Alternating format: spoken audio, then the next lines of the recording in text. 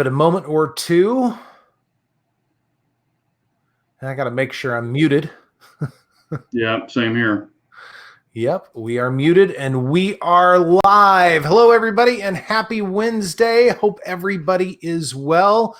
Big Johnson, how are you? I'm doing very well, sir. How are you? Not too bad, not too bad. Now I got so 17 is sending me a text. Please hold. I sent it. Stand by. So it looks like he hopefully will be joining us here in just a moment. So what's new with you, man? Man, just been working and getting guns ready and all that good stuff. And then I shot that match with the Shadow 2 for the first time, the Optic ready. It was a lot of fun. It was kind of different with a broke toe, but we made it work. Nice. Well, that's good. And the optics, I mean, still you're feeling like that that's the way to go and all that kind of stuff. Oh yeah, feeling really good about it. And I think that you can only get better and better and better with them the more that you kind of adapt to them. When you're pretty much turning everything to optics and you don't have another choice, and that's what I pretty much decided to do to myself. Yeah, I think that was the best thing. Dabbling in it back and forth is where the issue was before. Gotcha. What's up, Radama? So I did real quick. I just wanted to give a quick shout out to Radama, and I've got him here for a reason. These little goodies right here. He's one of my Texas brothers, and I bought some mags from him. Oh, cool. So, appreciate him. Nice. Very cool. So let me ask you this in regard to optics, because you've got a fairly wide assortment and you've been just exclusive to them, basically. Are you starting to narrow down which one is your favorite of them all?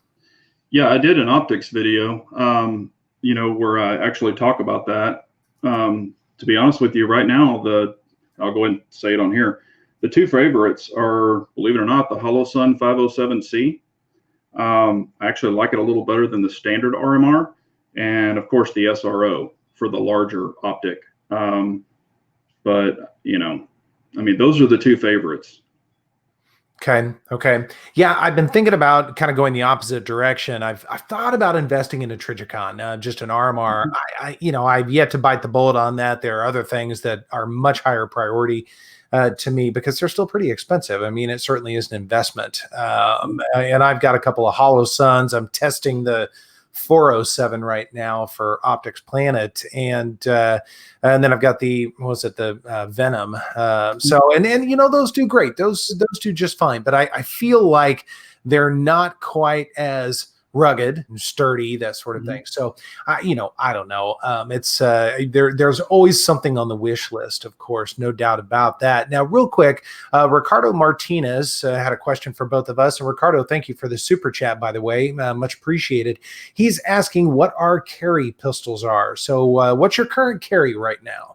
It's the P10C with the Trijicon RMR, and I've been carrying the P10C with the comp and the HoloSun on it. Okay. And I have carried the P07, the new P07 with the HoloSun and the comp on it, because I've been putting a lot of rounds through those, and so far they've all held up very well.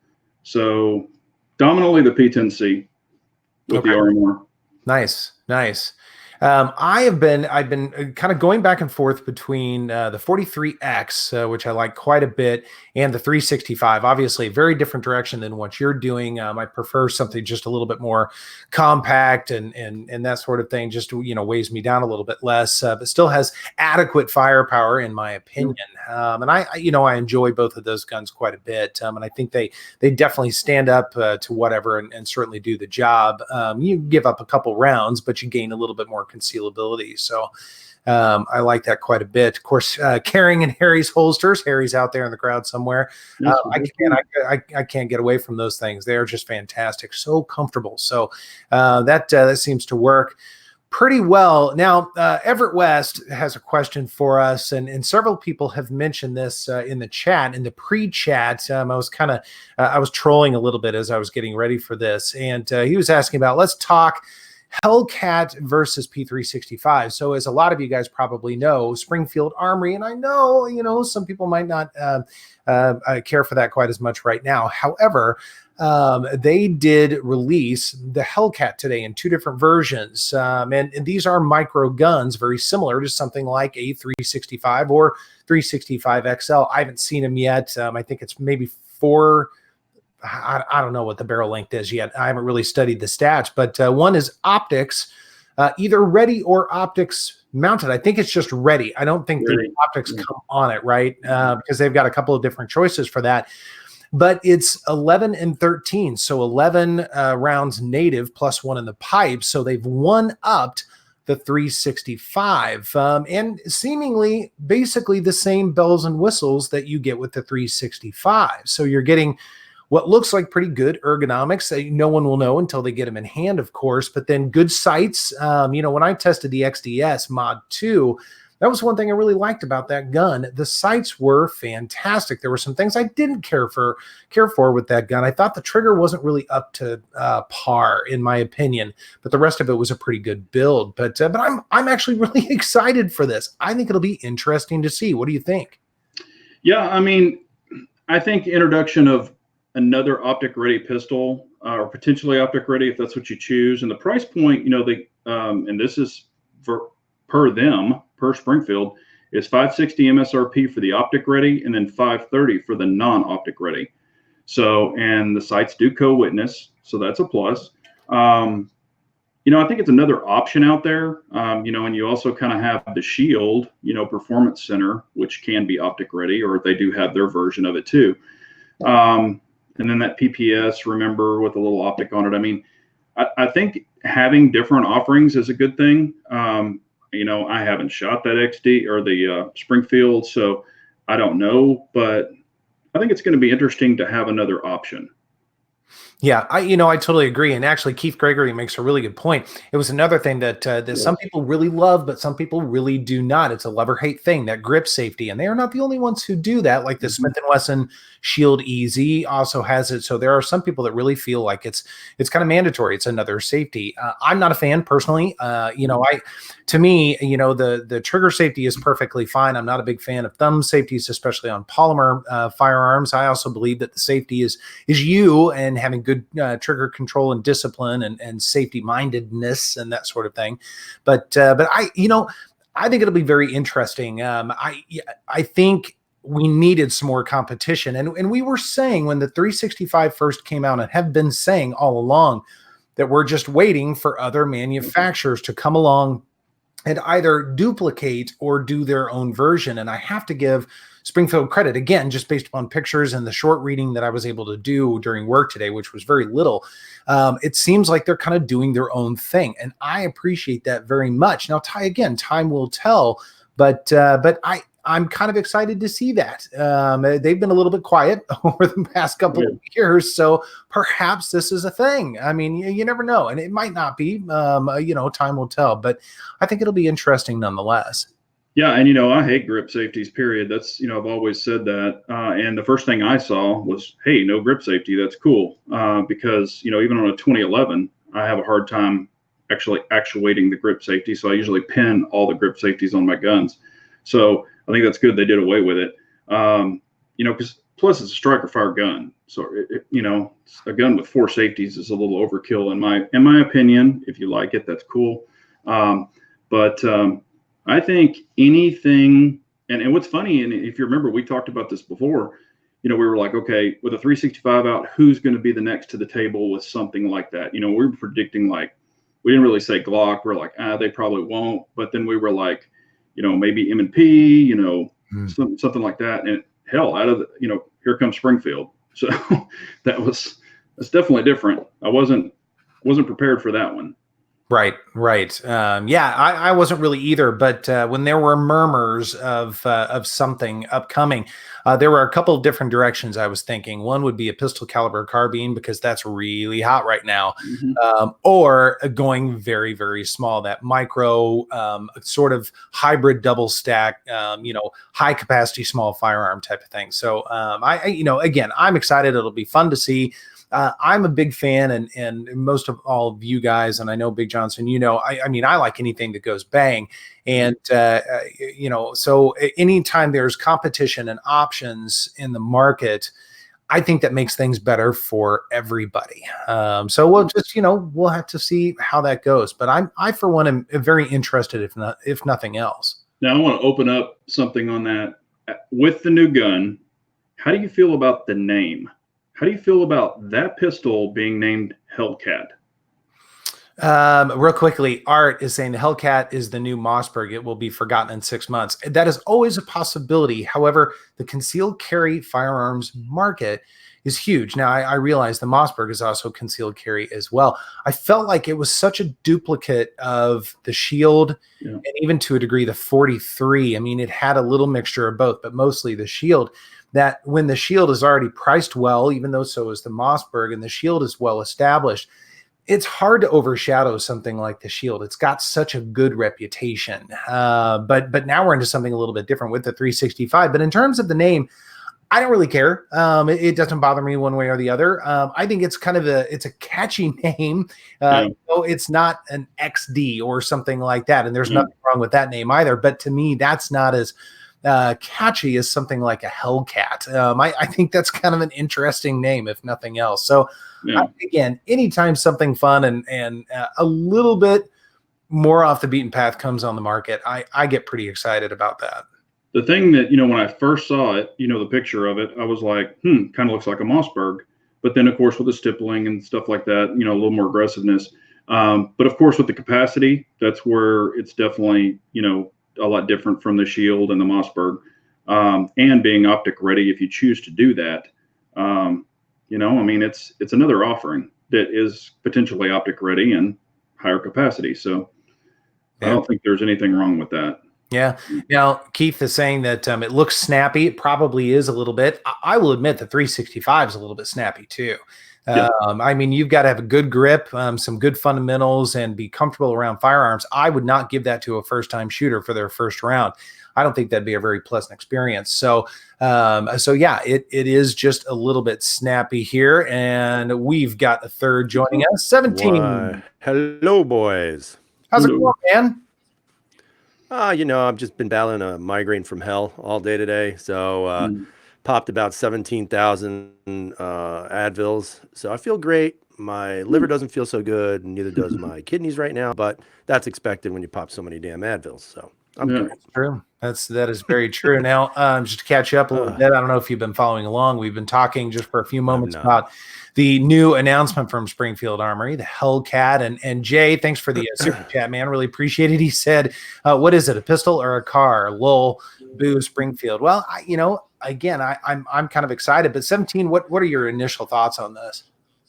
Well, I was been thinking about that today. I know that you sent me a picture of it earlier today, and I'm going to say first off, if it didn't say Springfield Armory, how many people would be impressed with this gun? Probably everybody, because of the capacity, the size of the damn gun. The thing looks like it's a tiny itty bitty gun with 13 rounds. So that's impressive. Now, how they got it done, who knows? I think it's pretty cool. I think that's, the best in market, which is kind of scary to say about Springfield, But I don't know. I mean, there's a lot of people who have a lot of hate for Springfield, and maybe rightfully so.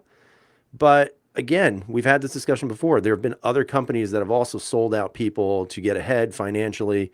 The owner of Ruger at one time did, and then when he died, Ruger went back to doing what they should have been doing. Smith & Wesson did at one time. When they were talking about doing that, those stupid guns where they had to read your fingerprints or DNA or whatever. Colt actually took a bunch of boatload cash from the government to, fund some R&D on that stuff. So, I mean, it's great to point fingers and cast stones, but I mean, I don't think it's bad. I think it's a good looking gun. I'm guaranteeing it's going to sell like hotcakes, and most people won't tell anybody that they have it. So, I think it's pretty cool, man. Yeah, I am most curious about first its size. I mean, we've got 11 rounds and 13 rounds, as you mentioned. So comparing it to the 365, but then also I want to get behind the trigger. Again, I'm glad the grip safety is gone, but I'm really curious about the trigger because the XDS Mod 2, that was really my biggest hang up with it. It had a good trigger, but not a great trigger. I wanted more out of that. It was a little stout. And the reset wasn't quite what I would have liked. Again, it was usable. It was perfectly usable. If somebody gave it to me and said, "This is what you've got," you deal with it, and that's okay. Right. But I'm excited and curious to see it. Well, see, and I'm with you on that because the first thing I thought, I think the big. Oh, I'm sorry. The first thing I thought is if they're losing the grip safety, it could be a little stouter trigger. That's what I was thinking. I don't know that, but I could see them trying to go that way, like, oh, now it's a 6-pound trigger or 7-pound trigger versus a nicer, crisper trigger without the the rear safety, grip safety. I mean, I think the biggest improvement is the fact they got rid of the grip safety. It's not needed. It's never been needed on that gun. I think the trigger out of the box isn't a great trigger anyway to begin with. So I don't see them changing much. I guarantee it's probably going to be pulling 6 pounds. Because that's kind of the standard XD trigger. It would be nice if it was a little bit smoother because, as KS said, that XDS wasn't bad necessarily, but that trigger to me was not a good trigger. It was very gritty. It had a pretty heavy pull to it, and I didn't like the grip safety. But now that they have it without that, and I think the gun looks pretty sharp, man. I mean, it looks good. And now it has the Optic ready version of it, which I don't know, man. A gun that small, I don't necessarily know if you need something like that, maybe, but who the hell knows? I don't know. But I don't know. It's going to sell. Yeah, and one of the things that I was talking about, I was talking about this a lot earlier when they introduced the name, I sent it out to some people and I was like, they're using the name Hellcat. Well, Gun Industries, if you follow those guys, they've got a 2011 named the Hellcat X2, and they've had it for like 2 years, and it's really a super nice gun. And I was like, okay, we've got a car named Hellcat. We've got an airplane. We've got all the stuff named Hellcat. So I don't know if you can patent the name because it's used, or I don't know if it has to be like, hey, you've got to patent the name for it on a gun, because I was just like, man, they're going to piss off a bunch of people or other companies, with that name. But I don't know I don't know how they're going to do it or how they did it. So I'm sure they have a team of people that probably, hopefully, are working for their best interest as far as that goes. Now, Guy Comet had a comment or a question actually that said, "What's the problem with the grip safety?" So guys, what do you think? What are the criticisms of a grip safety? Okay, well, in my opinion, it's going to vary between people, but I've dealt with. I can grab a 2011. I mean, I've got abnormally big hands. We all know that. But if I go to grab that small of a gun with a grip safety, I can't even actuate it. And I'm not joking around. I can put my whole paw around that thing, and I still don't even actuate the damn thing. So in a panic situation, why the hell do I need it? And then I would buy that gun and I would pin it. It's just more crap I have to do and deal with. And you don't need it. It's got drop safety. It's got all that crap. You don't need it. So now if someone wants a safety, they could make a flip safety model or just leave the damn thing off. So I don't know. That's just my opinion. That's going to vary, but I think it's totally not needed. Yeah, I agree. I mean, I don't think anybody really has necessarily a problem with it per se. 1911s have them. They've had them forever. But I don't see the necessity for a gun like that. It's a modern striker-fired pistol. You have all the drop safety, internal safeties, the trigger safety. I mean, is it necessary? No. I think it's just a design that they've used for years. And because this gun, as somebody mentioned before, is designed off of a completely new platform, I would be hoping to see this become the new XDs in regards to changing that format. Whether or not that's going to happen, who knows? But it's not necessary. It's not. Yeah, I would agree, and I would say again, I mean, it's just another point of failure. And we've all gotten so used to 1911s or 2011s like this guy. It's got the grip safety on it, and that's all fine and good. But with something like a polymer firearm that's designed to be, fast acquisition, close quarters, self-defense, that sort of thing. I mean, it's one more point of potential failure. If you just grab it, just kind of the wrong way, good enough to shoot, but not good enough to fully grab it, your gun is a paperweight, and that's it. And so it's why I said, kind of when we first started talking about this, some people love it. They love the idea of that extra safety, and that's totally cool. There's nothing wrong with that. I'm on the opposite school, where I say I want minimal extra stuff that could potentially prohibit me from using the firearm the way it was intended to use, whether it's a thumb safety, a grip safety, that sort of thing. If I want that stuff, I'm going to go with a 1911. It's just that's how I feel about it. And I mean, I'm being sarcastic, but or I guess it could potentially happen. But what if like you damage your hand or you get like 3 fingers blown off or shot off or whatever? On a regular striker fire gun, you can butt the thing up and you can fire it with 1 finger if you have to. But it's something that you have to wrap your hand around and shoot. It's going to be impossible to do that and actuate a safety on the rear. Well, so I can also tell you from firsthand experience, not that it was my hand, but I've dealt with a person who blew his hand off cleaning a gun, and I'm pretty sure the last thing he's doing is shooting shit, because he was in shock that he saw his fingers blown to pieces and his hand was mangled in a mangled mess. So I know we all say, oh, if this happened, I would definitely do it, but I'm telling you, man, you're going to be going the whole time when you see your fingers splintered open and nothing but bone fragment. It's not a pretty sight. Yeah. And then everybody should go have dinner after that. It's true. So Art is saying, if revolvers don't need additional safeties, why does striker fire need them? And that's a good point too. It really is a good point. Well, most revolvers have at least 8 to 9 pound triggers too, plus, some are even higher, and it's a full double action on some. Right. So, but interesting stuff. No doubt about it. It'll be interesting to see how all of this goes, how it unfolds, what reviewers will think about it, that sort of thing. So, again, I for one am curious. If nothing else, I think it looks cool. That's kind of my preemptive vote, but we'll see. Yeah. So, cool. I think it's good to have another option. Right. Exactly. Corey. So VSO Gun Channel posted about them already. So Corey's talking about that. Corey, yeah, we've spent a few minutes talking about that for sure. Probably ready to move on to something different now. But yeah, we're all interested and curious, if nothing else. Just to kind of summarize things there. And at the end of the day, just buy whatever the hell you want. Yeah, just buy whatever you want. That's right. Yeah. Oh, and they're supposed to drop next week, I guess. But I don't know how quick they're going to be in the stores to where you can go put your hands on them.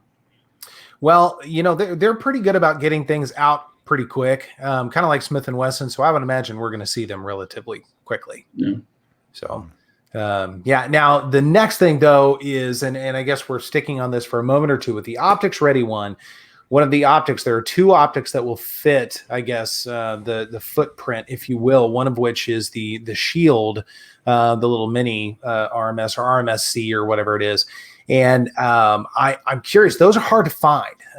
Those are hard to locate. So I'll be curious to know how all of that goes, or if they've worked it out with that Shield company to be able to up the volume a little bit. So I'm curious about that one. What's funny is I said this to Harry. I said, I wonder if the Shield, the new Shield for the 365 or the new 365 SIG optic, what is it called? The Optic Mini or something. If it's going to fit the new Springfield. Knowing SIG, probably not. They have some obscure footprint, something. And it's funny. It was supposed to come out either the end of August or beginning of September. It's not out. Yeah, well, there's one reviewer, Triextus or whatever, has one, and he's been shooting it, but he's been like the only one. So I'm like, did it have problems? Where are we with it? Romeo Zero, that's what it's called. Yeah. Yeah. So we'll see. I'm curious about it. I'd like to try one out when they do come out. They're not going to be very expensive now. They're polymer, but they're all polymer. Yeah. Yeah. All polymer, but why not give it a try? Yeah. Somebody's saying the SIG Zero will fit. Because from what I understand, it's kind of I think it's the same optic footprint as that other one, that Shield thing or something somebody was saying. I mean, it was going to have the SIG was going to have the same footprint as that Shield version too. So I don't know. It'd be interesting. Yeah, we'll see. We'll see. So, 17, what is new in your world? What adventures are you on to right now? So two things people are kind of asking about it. So the judge and the tickets and the coupons. So I still have not gotten the Masada, but I did get the Phantom that came in, which is kind of funny because I handed this one in first or second compared to the Masada. So who the hell knows where that one is? Maybe it's back in Israel. I don't know. Yeah. So, just waiting for that one. And, obviously there's a couple of things that I'm waiting for too. In regards to the Caracal, I did actually, or Caracal, whatever, however you pronounce it. I did speak to their, I don't know what his title is, but I did have a conversation with them about what they found wrong with the gun. And they did say there was something wrong with the gun. Well, shocker, right? But I honestly don't want to talk about it until I get the paperwork. They have a bunch of paperwork they're sending to me with the gun, explaining what the issues were. I'm going to tell you that most of you will probably not believe what the issues were. I don't know if I do fully, to be honest with you. And the only way I'm going to find out is by testing it when it comes back and, using what their recommendations are. But I'm a little skeptical. I'm not going to lie, because the reason for it had something to do with ammo. And I'm not sure if I buy that. And I can't tell you what it is until I get all the paperwork showing what it is. And I'll show everybody. I'm going to do full disclosure with it. Let you guys look at the paperwork. I'll probably post it everywhere just so you guys can read it. Apparently what they're going to do also on their website is put a disclaimer now explaining, what you need to operate the gun effectively. So again, I'm a little skeptical of it, but I'll give them a shot. I'm going to give it a chance. I'm going to see what happens. I'll tell you right now, the customer service was very good. They were very, very good. I think it had something to do with the negative exposure, although it wasn't like a viral video. But at the same time, people were watching it, and people, I'm sure, were not pleased. So, but they treated me very well. I will tell you, they are sending me the gun. They are also fully refunding my money on the gun. So that I thought was pretty cool. But I also wonder if it's because it's not going to work. Well, here's your paperweight. Enjoy your paperweight. You got to stop trying to shoot 25 ACP through it. Well, well, that's what it is. I shot a 50 cal because that's what I hear fits in 9mm, including ARs. But I'm skeptical for a lot of different reasons. But again, they're going to give me a bunch of paperwork showing what went wrong, and they're going to give me some paperwork showing what recommendations they have. And I will absolutely use those recommendations, and you guys will see what happens. You have to soak all your 40 caliber ammo in lube and then run it through your 9mm gun. Yeah. It's like I said, it's just going to be interesting to see what happens. I don't want to condemn them just yet, because they did a nice job with their customer service, and it was fairly quick. I mean, 2 weeks and the gun's coming back already. So, okay. But they did take it through tests, and they have the proof and evidence to do it. So, well, I'll show you guys when I get it. Like we said before, ammo sensitive guns, not my cup of tea, but we'll see. Right. And, like I said, it's something that I've never experienced. And when they explained it to me, I'm like, boy, I've never, ever heard of that. And it has nothing to do with grain or anything. It's something different. So let's leave it at that for now. Yeah. Oh, I think I know where you're going with this. I do think I know where you're going with this. Well, and if it is, that's going to be weird. It's like I said, something I never heard of, and I don't know if I believe it. So we'll find out. We'll find out very soon. I'm going to text you what I think, and you tell me if I'm right. Okay. Oh, we're back in high school. We're very secretive. Right. I just want to know if KS likes me. Right. Check the box if you like me. In all seriousness, 88. Yes, we did talk about the Springfield Hellcat. So rewind afterwards if you want to hear our thoughts on that, and everybody else's thoughts as well. So, okay, I'll send it to you. See if I'm right. All right. I haven't gotten it yet. Oh, I just got it. That's terrible. I'm glad we're doing this live on the air. No. Oh, that's not it. Okay. Right. No, that was partial, but that's not exactly what it is. Okay. So well, now you have to wait. I'll take partial. All right. I did actually pick up another optic too. Nice. But it's not a 508. Is it a telescope? 507. No, it's a 507. Nice. I got it for a pretty good price. So yep. Good. But I have no guns that can be them put on right now. I have Just nothing. duct tape it. You're Yeah, fine. you can get Well, them. what I'm doing is I'm wearing them on my wristwatch. So There you go. I just go like that, kind of like oh, red dot. People think I'm weird. Like RoboCop or something, or Iron Man. That's what it was, Iron Man. So cool. Everybody's like, man, you're so cool. I go, I know. Yeah. It's tough being you, man. It's tough being you. Oof, man. So changing things around a little bit. Oz the Greater is asking about top optics ready subcompact firearms. Subcompacts? Subcompact. You are stuck in the subcompact realm right now. The ones I can get two fingers on. I think a lot of people say the P10S, if anybody can find one. I think the APX RDO, which is only a Centurion, but if you get the compact grip frame, isn't that a subcompact or is that too big? That's too big. That's pretty big. Well, then I'm going to go Shield because I don't have one. And I like one. I would like to get one, but they're really single stack, though. Single stack. Oh, Jesus. Yeah, I'm saying it's tough on this one. Well, what the hell is a double stack subcompact optic ready? There's one. Like what? Yeah, Dude, you said it. P10S. Yes. That's the only one. So that's the thing about the subcompact, right? We're sitting between single stack, and there are a few single stack options with optics, like the Shield and the PPS M2, whatever our RMSC WKRP in Cincinnati thing they had there. But then you've got compact, right? And there are a bunch of options in compact, but subcompact. I'm finding more and more that subcompact, and this is kind of on the larger scope of it, but like the SK, the VP9 SK, and the Glock 26, things like that, there really aren't very many options. I don't think the 26 has an MOS. I don't recall that it does. I'm surprised it does not. I thought the Gen 5 did. No, there's not an MOS version of it. Somebody correct us if we're wrong on that, but I don't recall that there's an MOS version of it. I'd probably have one if there was, because I like the 26 a lot. Hell, you can get them milled, so you can pick any gun you want. Just go get it milled. Oh, I understand. But out of the box, I mean, I think the P10S is really about the only one there. So that's a great question. It's a tough question though, because your options are very limited there. Now, well, never mind. Yeah, somebody's saying the Canic Sub Elite. Isn't it optic ready? I don't know. I'm not familiar with that one.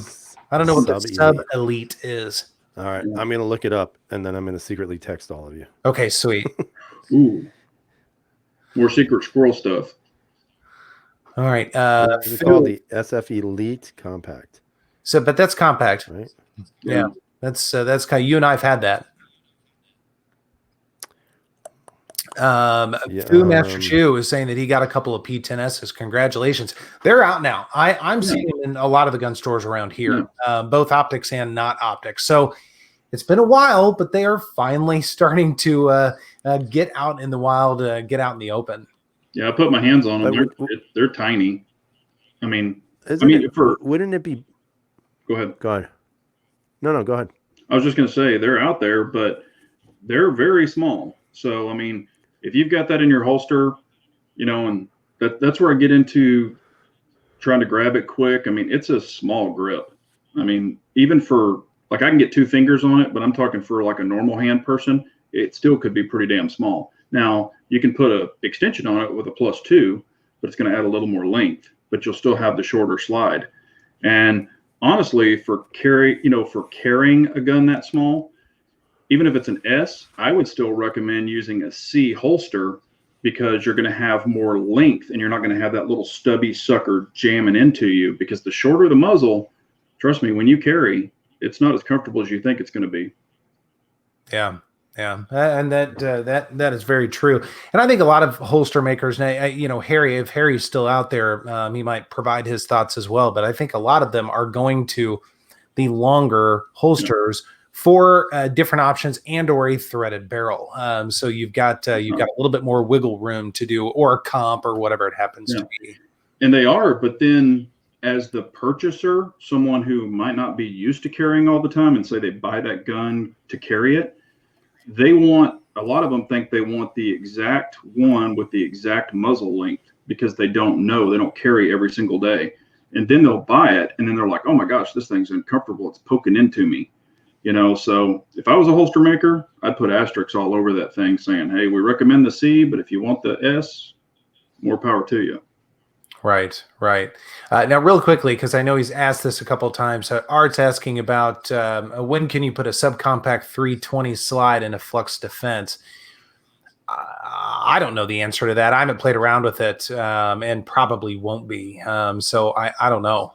I don't think I've only seen the regular size. I don't know. Yeah, I think it was designed for the full size. Yeah. Yeah, they look kind of cool, but I don't know. B&T offers something, but it throws you into the SBR, but they actually offer it for the 320 where it actually has a side folder. I mean, and it's built into it, but it's expensive and it turns it into an SBR, but it's awesome. I mean, it's like the Sphinx. If you've ever seen that B&T model where it has, the foldable thing, it's really awesome. Yeah. So Harry is saying longer holsters within reason are better for 90% of people. A G of 48 rather holster is so much more comfortable than a 43, 43X. So yeah, I'd buy that. I mean, and when I carry the 43X, it is actually designed for the 48. So I find it perfectly comfortable. Yeah. Yes, sir. All right, I'm trying to get a little bit caught up here. Wise guys are USTM. Thank you very much for the super chat. Really appreciate that. Wow, my John is longer than the barrel of my Smith & Wesson 642. So public service announcement there. Appreciate it, man. Sweet. It's a short pistol or something else. Yeah. Packing a 12 gauge. Good to go. Right. I like that. Well, it got awkwardly quiet. How do you like that? Yeah, man. It happens. I know, right? Scrolling through to see if I can find any other questions here. I mean, honestly, going back to that P10S, if I could ever find a P10C optics ready, I would rather go with that. Yeah, so I still have I've got the C and the S, and I'm liking the S more and more as I'm spending more time with it. I was probably overly critical about it in the beginning, but I'm liking it more. However, I like it a lot more when I put a Shield Arms +5 in it. So then it becomes basically a full-size grip and a short slide. So it's a great backup magazine. It's not how I would carry it, but I do thoroughly enjoy that. I like the P10C with a Shield +5. Mm-hmm. Right. Rabbi Jesus is saying, did they discuss the new Croatian Springfield? We did, my friend. We did. Yeah. We did indeed. Well, I think he's saying that it's from Croatia, not made in America. Yeah. A lot of people are not happy about that. Yeah. Well, we have a lot of guns that are made in various places. True. So, it's true. That is true. How can people be unhappy about that? Whatever. Well, I mean, we had Glock that wasn't made here. There was a lot of stuff. So REB is asking about SHOT Show 2020. We're already talking about that. Isn't that wild? We're getting that late in the year, which is crazy. I was asking, do you think SHOT Show 2020 there will be a buttload of optic ready guns coming? What do you guys think? Yes. I think it's just going to go more and more and more towards that, because the thing is, like, even on the P10F, the P10C, the P10S, with the optic ready, it has a plate. So if you don't want an optic, you leave the plate on it. If you want an optic, you take the plate off. So I think if gun manufacturers are smart, they're going to give people the option to start offering that. So I think it just makes sense. 17. I think whatever the market is pushing for. I mean, if it's going to be a red dot, it'll be a red dot. I think you're going to see more small guns coming out. I think there's a big push for trying to cram as many rounds as you can into the smallest thing you can find. So I think you're going to see that come out. It'd be nice to see some redesigns on certain guns. I think it would be interesting to see that. But you know how it is, man. You can see whatever you want at SHOT Show. There's no guarantee it's coming out, or it's going to be anytime soon. Yeah, look So, at the but I think Caracal. yeah. I mean, I think Dots will be there. I think I really hope to see Walther redesign some things. You know, but yeah, we'll see. We'll see how it plays out. Sure. Yeah, I'm thinking more optics probably. That seems to be the way the market is going. Admittedly, I want to see more steel stuff. I'd like to see more steel guns from more manufacturers of various sorts. I'm thoroughly enjoying heavier firearms, so I'd like to see more of that. Now, quick question, and I didn't know if y'all had ordered any, but speaking of Shield Arms, have you seen their new Glock magazines for the 43 and the 48? The 15 round magazines. Did y'all order any of those? I didn't. I've been talking with them since they started research on that. I did not order any. I'll tell you, I like their regular base plates. They work very well. And then with carrying, I mean, I'm perfectly happy with that 10+1. That does just fine for me.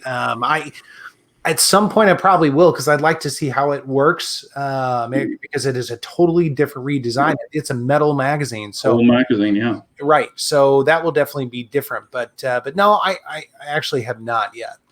Yeah, because they have like packages you can buy, and you get 2 mags, and you get something else that they call it a package. But I know Harry ordered them, and some other people did, and I thought, man, that'll be pretty cool. To see, for one.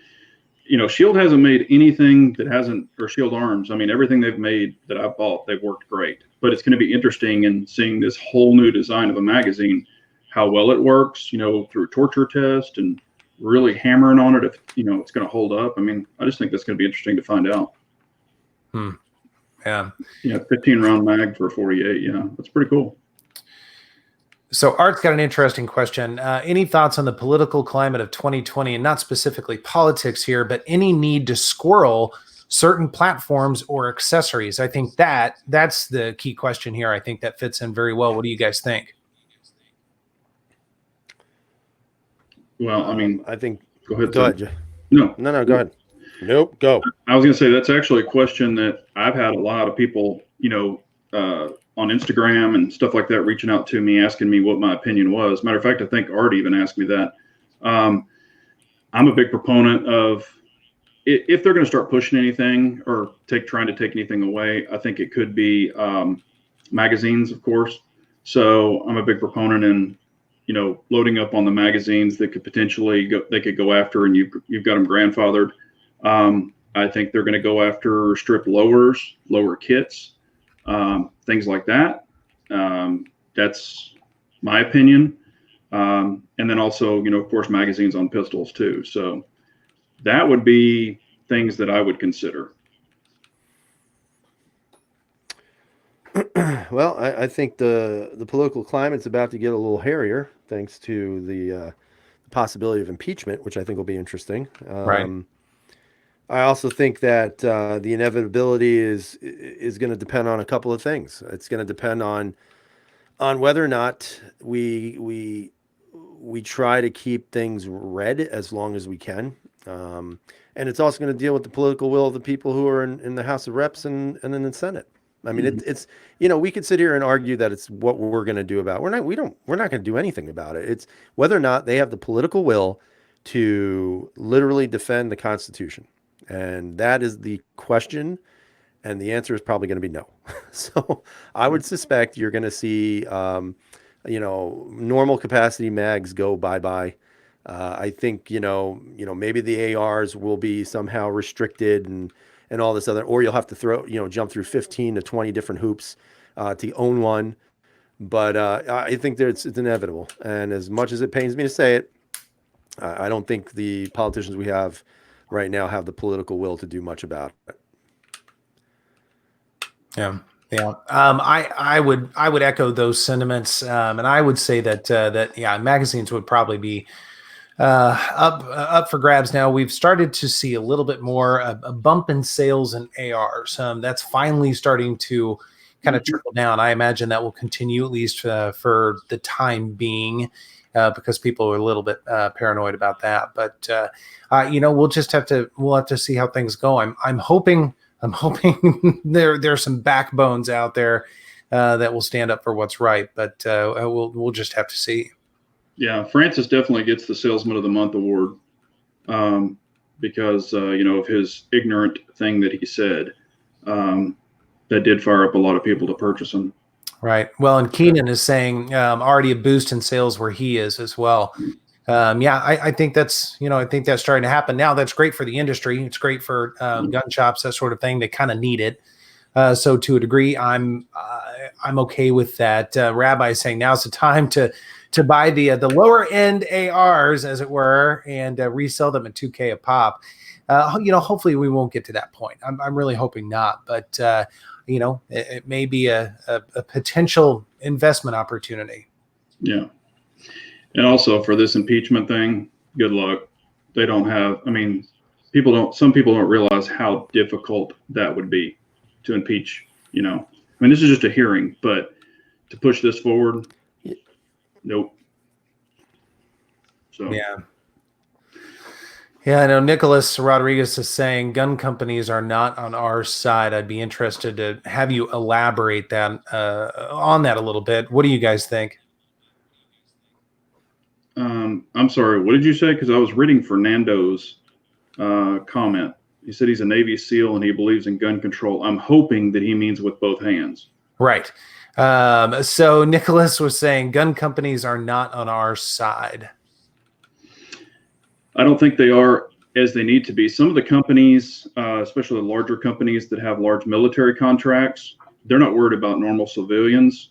They've got their LE and their military contracts that they're focusing on.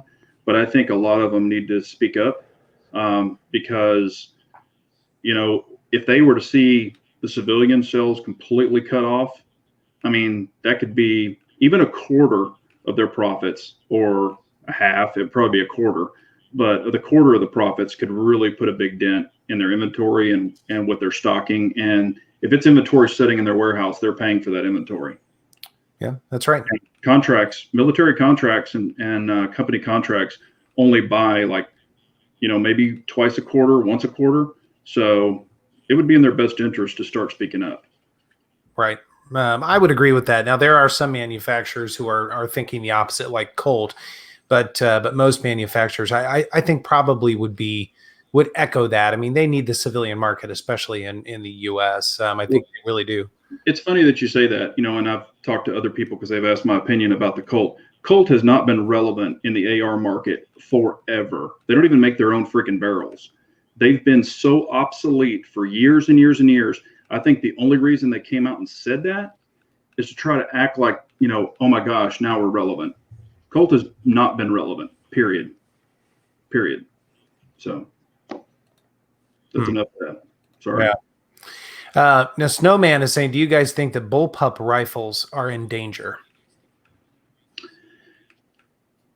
I think anything with capacity could be in danger. Now, those are 16-inch barrels, but they're pushed more forward.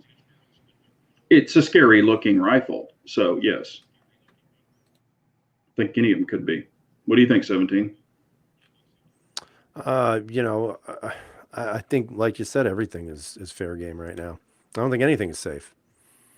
I think they're going to come after everything. It's like anything else. You go after everything, and ultimately you'll see what you can get rid of. Like a crapshoot, Right. But one thing I did want to say was, I can't remember who left the comment about, buying them up and then selling them for, marking them up, the AR, so on and so forth. I don't really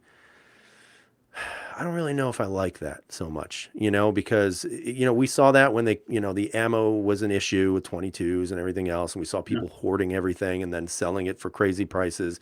I understand that, but then we have people who say, I'm a part of the gun community, but how are you part of the gun community if you're willing to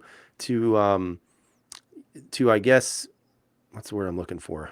I don't even say, know. but No, kind of take advantage of people. I don't know, man. Is that what we're about?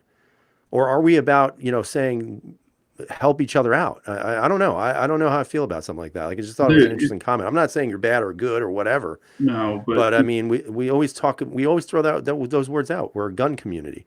But how do you how do you then exploit members of the community and think that that's okay? Dude, it's been done forever. It doesn't matter. I'm not even talking about firearms, but if you talk about gas, if you talk about anything, if someone has a bunch of it or stockpiles it, it's supply and demand. I mean, Yeah, and Rhoda's got a good point. You can only take advantage of people if they are willing to pay for it. So I think there is some truth to that. I'm not a big fan of that either. When all that happened in 2012, and you were exactly right, the ammo prices and even ARs. I mean, they were, $800 ARs were going for $2,000. They literally were going for it. It was absolutely insane because you couldn't find them on the shelves, right? So that's supply and demand thing. I was not a fan of that at all, but part of me also says, well, if somebody's willing to do it, and you stand to make a substantial profit, I can't beat you up for that either. People are somewhat business minded, at least some people are. So there's sort of two sides to the argument on that, neither of which are good or bad, I guess. So I'm saying, if you're willing to pay for it, there's a butt for every seat. I hate to say that, but Fina says it's what makes America great. It's capitalism. Capitalism. It's capitalism for sure. Yeah, that's very true. Yes. So Oz the Greater is saying the gun company routinely rips each other off. They do. I would agree with that. Yes, they do.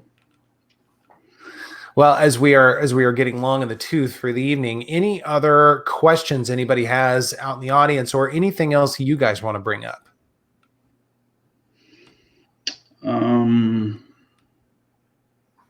I just hope that in the gun industry, I hope people, start coming out with new types of, or maybe something a little more unique. And like we were just saying, copying and stuff like that, and everybody says they can make a better wheel, but I just think it would be neat if companies come out with totally different firearms, that just really flip it on its head. That would be really cool. 17? I'm just waiting for some things to happen in regards to the things coming in.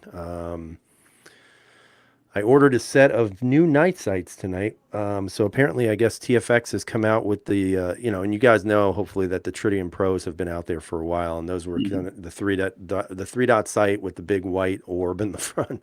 Right. So now they've come with the orange ones now. So I ordered a set for the Phantom. Now hopefully it'll work. It says it's for CZ75s. So I'm hoping it'll work well. It's going to be interesting because these sights are terrible on here.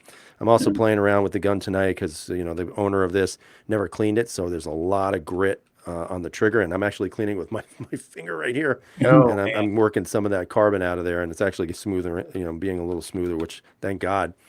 And like I said, the Caracal's coming home hopefully by tomorrow.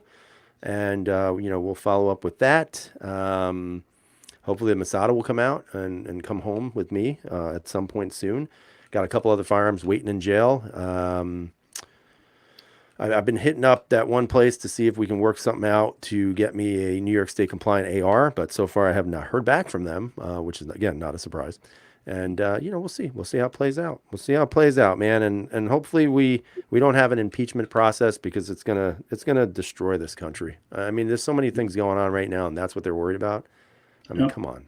Give me a break already. Totally agree with that. It's just another place for everybody to make fun of us, no doubt. Now, Carmos 1970 has a question. Thank you for the super chat. Really appreciate that. He says, any issues with CZP07 tactical and suppressor sights?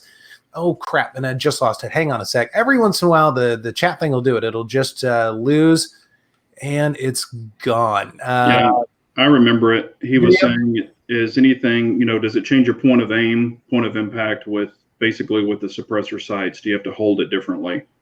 There we go. Yeah. And of course, now I just found I don't really think so. I mean, I have the P01 Omega, if I could get it out, the urban gray one, and it still has the suppressor height sights, which I don't know why I have it because I don't have the barrel, but they work. And I mean, I've shot it and I haven't had any issues with it. It doesn't shoot high. It's fairly straight of point of impact. Yeah, I mean, it's going to be very minute. You know, you're talking just a tad higher, but I mean, it's fine. I have, you know, several with the suppressor sights, and there's no issue shooting it. So, Right. Yeah, you might see just a hair, just a little bit of difference because they are sitting up a little bit higher. So it might affect your aim a tiny bit at distance, but I would say again, it's probably negligible. Yeah, and I mean the only reason why I haven't changed them out is because they're really good night sights.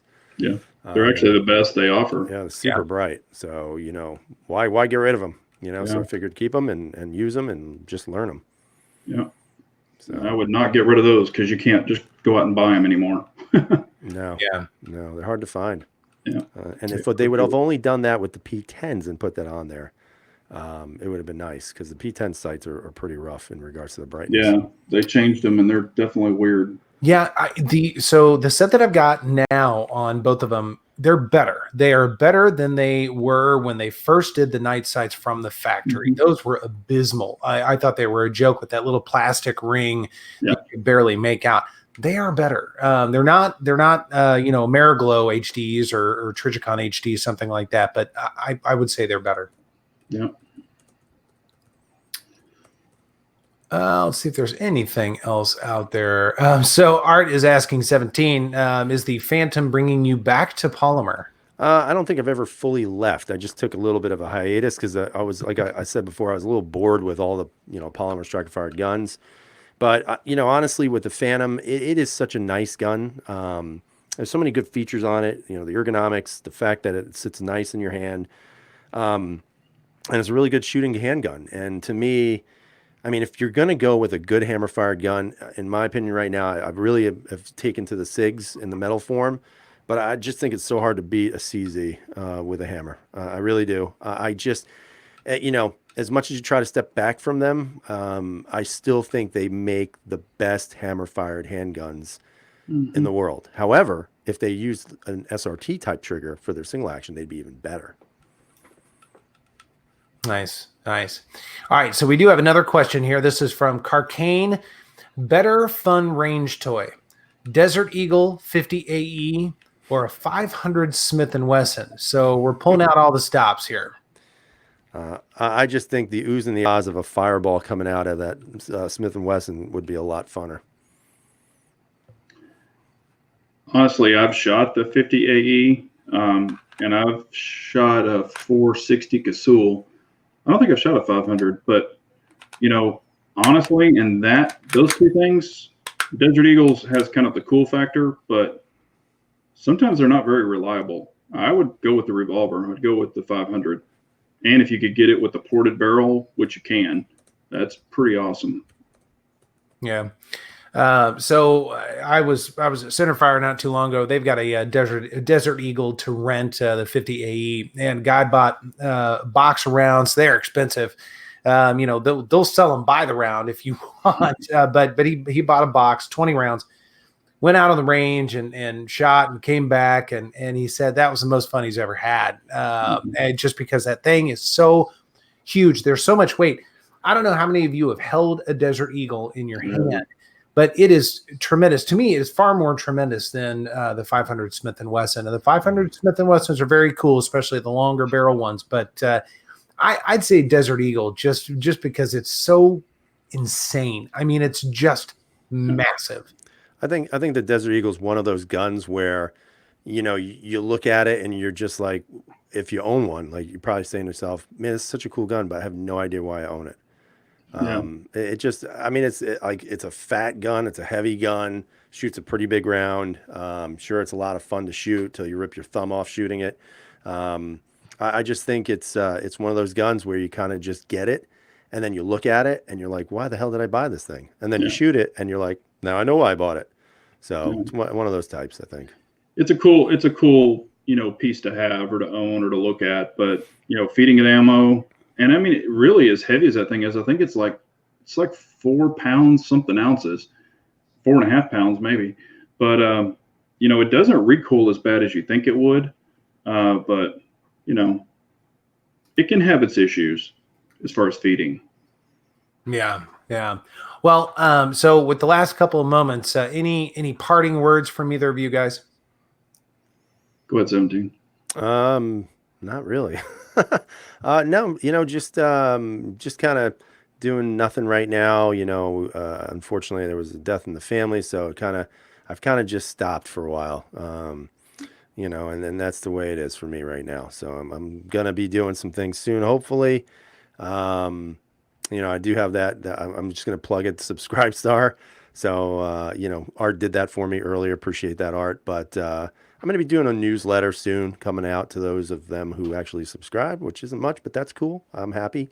And I'm just looking forward to just getting out the range and shooting a little bit, and just kind of doing my thing for a little while, just kind of regrouping the fam and moving on. That's all you can do right now. So and again, like I said last time, if you guys know anyone who is cancer stricken, just spend some time with that person and don't necessarily and I know I'm not trying to depress anybody, but don't think of the suffering of it. Just think of all the good times that they had while they were here. And I know it's easy for me to say, but that's what I would recommend. So that's that. And I definitely want to thank everyone for joining us on this chat. Really means a lot that y'all spend your Wednesday evenings with us. We definitely appreciate it. And what I've got coming up is more Red Dot stuff. I still have to dial in this bad boy. So it's the TSO, and it's a fun little setup. I'm waiting to get that thing dialed in, and hopefully that'll be my new long distance sniper pistol. Nice. Well, as always, everybody, thank you very much for hanging out with us. Another Wednesday in the books. We'll be back next week with potentially a different lineup. You never know with us, but and I'm not sure where it's going to be just yet. So just pay attention, and you'll find us, I'm sure. But otherwise, everybody, be safe, shoot straight, all that kind of good stuff, and we will see you next week. Hey, KS, before you shut down, can I just do one thing really quick? I have a question for Paradox. Sure. I want to know if I bought his PO1 because it was the only one that looked just like his on Gunbroker that I got. I want to know if it's his. I was curious about the exact same thing because of the grips. Yeah. So if you're still here, Paradox, I want your answer. I'm just so curious if it's his because I have not seen any with grips like that before. Unless when I saw his video, I'm like, holy shit, is that his gun? Yeah, looks just like it. I thought the same thing when I saw it. Yeah. So I'd be curious. So I don't know if he'll answer now. Maybe he'll answer later. But I just wanted to ask him that directly. But thank you for letting me do that. Sure. Yeah. Absolutely. We'll give it a few moments. We'll see. We're hanging on here. So excited. Paradox, you better still be here. Damn it! Answer the question. Come on, pair of socks.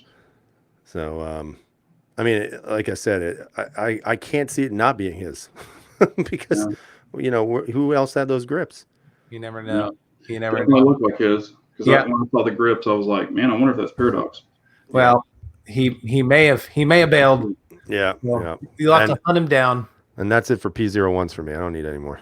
There you go. I can text him and I'll find out for you. All right. Oh, he said no. He said no. Okay. No, not his. Well, son of a gun. Yep, somebody else called him then. All right. I was hoping. I was like, man, I got a famous gun right here. No, yeah. Not it. All right, guys. Have a great night. See ya. Carry on, gentlemen. Adios. Bye. All right.